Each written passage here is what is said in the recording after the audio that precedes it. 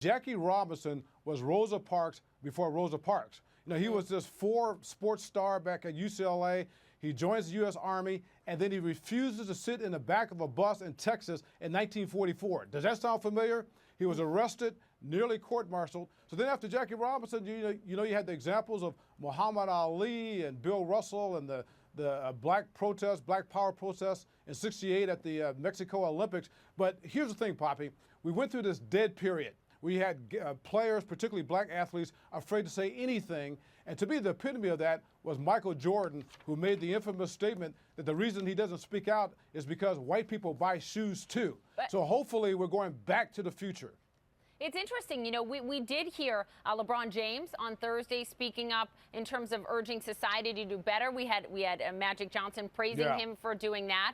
I want to show you some video just into CNN of some fans, we believe some Rams fans, St. Louis Rams fans, burning Rams merchandise today around the game. This, think about what happened a week ago, right? You had some of those Rams players coming out, putting their hands up as they took to the field. What do you make of this, of what we're seeing here?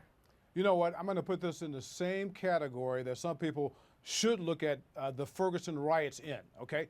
Just because you had rioters in Ferguson, Missouri, that doesn't mean that everybody was rioting, okay? And you know how the media, not CNN, but how some of the media tries to make it seem like it's everybody. These are just a few Rams fans. And I hope this does not detour people, athletes out there, prominent athletes, from following the leads of a Derrick Rose or a Reggie Bush, because these are just a couple of knuckleheads or a few knuckleheads that are trying to intimidate, and we should not be intimidated, not on this issue.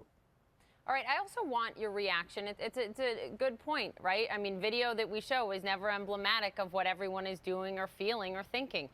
Listen to this sound from Charles Barkley, former famous athlete, known for speaking his mind. Fascinating interview with our Brooke Baldwin this week, talking about how he thinks, look, the criticism of police in the wake of the grand jury decision in Ferguson has gone way too far. Listen. The notion that white cops are out there just killing black people, that's ridiculous. It's just flat out ridiculous. And I challenge any black person to try to make that point. This notion that cops are actually awesome. You know, they're the only thing in the ghetto from between this place being the Wild Wild West. So this notion that cops are out there just killing black men is ridiculous. And I hate that narrative coming out of this entire situation. Terrence, your response? Well, I mean, Charles would have a great point if what he said was true, okay? There's nobody saying en masse, black and white people, they're not saying en masse that all white cops are out to kill all black people. What people are saying is the truth. There are a lot of white cops out there who are shooting first and asking questions later when it comes to young black males. And that's been the case for centuries. Certainly the last few months, we've seen cases from Arizona to Ferguson, Missouri, to the two cases in Ohio with the 12-year-old boy and the 22-year-old at the Walmart in Dayton, Ohio, and of course, New York. So, but here's the thing with Charles Barkley. He's entitled to his opinion.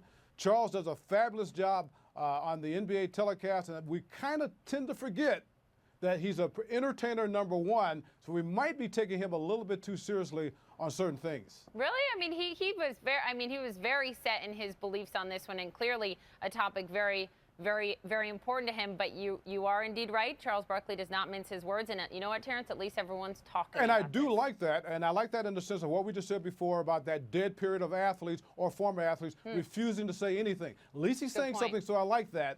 Although in this particular case, in my opinion, he's a little bit off. Terrence, good to have you on the program. Thank you so much.